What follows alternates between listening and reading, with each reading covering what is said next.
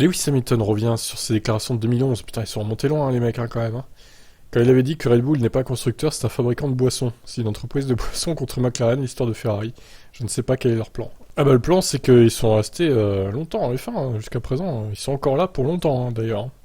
11 ans plus tard, Red Bull a dominé 3 saisons de plus avec Vettel, puis a remporté le titre pilote 2021 avec Verstappen. Cette saison, le néerlandais et l'équipe autrichienne sont en passe de gagner les 2 couronnes, et Hamilton a offert un mea culpa sur sa déclaration de 2011. Tout ce que j'aurais pu dire par le passé sur l'équipe, je ne le pensais pas de manière négative.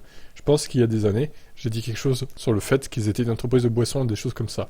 C'était vraiment juste pour souligner qu'on aurait eu davantage tendance à parier sur un constructeur automobile plus que sur cette équipe. Mais ils m'ont prouvé que j'avais tort.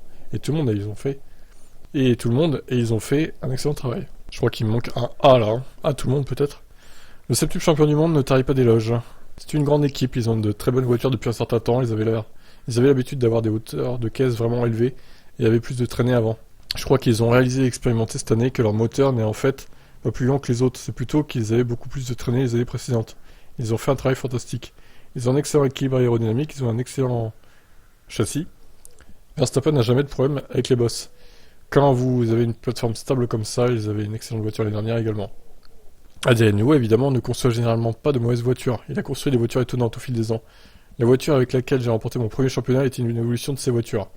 Adrien a fait sa thèse sur les voitures à effet de sol à l'université. Il n'est donc pas surprenant que ce qu'il a créé cette année soit impressionnant. Il est l'un des seuls à dessiner à la main. Sa compréhension a été un avantage pour eux et ils ont fait un excellent travail, mais je crois que les jeunes de notre équipe vont nous aider. Ouais, bah franchement, Adrien Newey, c'est le point fort, moi je pense, hein, de Red Bull. Hein. S'il l'avait pas, il serait pas aussi dominateur, hein, clairement. Il craint désormais que Red Bull domine facilement les prochaines années et pense que seuls Ferrari et Mercedes peuvent empêcher ça de se produire. Selon lui, les autres équipes sont déjà hors course pour viser les titres. Il y a de fortes chances que ça soit déjà produit. Ils sont sur cette voie, il va être très difficile pour les équipes de combler cet écart. Si votre voiture est rapide cette année, elle évolue vers une voiture plus rapide l'année suivante. Donc l'écart qu'ils ont maintenant sera très difficile à combler pour quiconque de la 3e à la dernière place dans ce cycle de conception de voiture. Mais nous avons remporté les 8 derniers titres. Nous avons des ingénieurs incroyables et talentueux. Je ne doute pas qu'ils en soient capables. Il y a des limites avec le budget, le temps de soufflerie et le CFD. Nous devons être très clairs et précis sur la direction que l'on veut prendre et très efficaces dans notre temps. Et oui, parce que c'est limité la soufflerie, donc il faut pas tester n'importe quoi, n'importe comment, et il faut pas perdre son temps. C'est surtout ça, quoi. Donc j'espère qu'ils vont prendre la bonne décision pour 2024 Mercedes. Je sais pas vers quel concept ils vont partir, mais j'espère que ça sera le bon. Parce que là, une saison de foutu en l'air en 2022, donc il faut pas qu'il y en ait deux par contre. Hein. Là par contre, ça va être la merde. Sinon, et Hamilton il va se décourager, il va quitter la F1. Merci, voilà. Donc pour revenir à ces déclarations de 2011, bref, qui pouvait prévoir qu'ils allaient dominer avec Vettel et puis qu'ils allaient jouer les victoires régulièrement, hein. Personne, hein, honnêtement.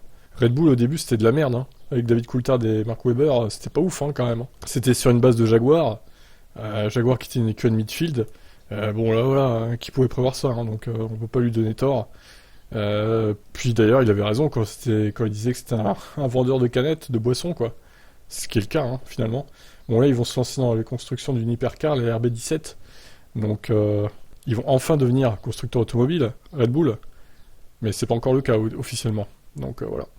Qu'est-ce que vous en pensez de Red Bull et des déclarations d'Hamilton? Honteux, scandaleux? Faut-il cancel Lewis Hamilton? Allez, ciao.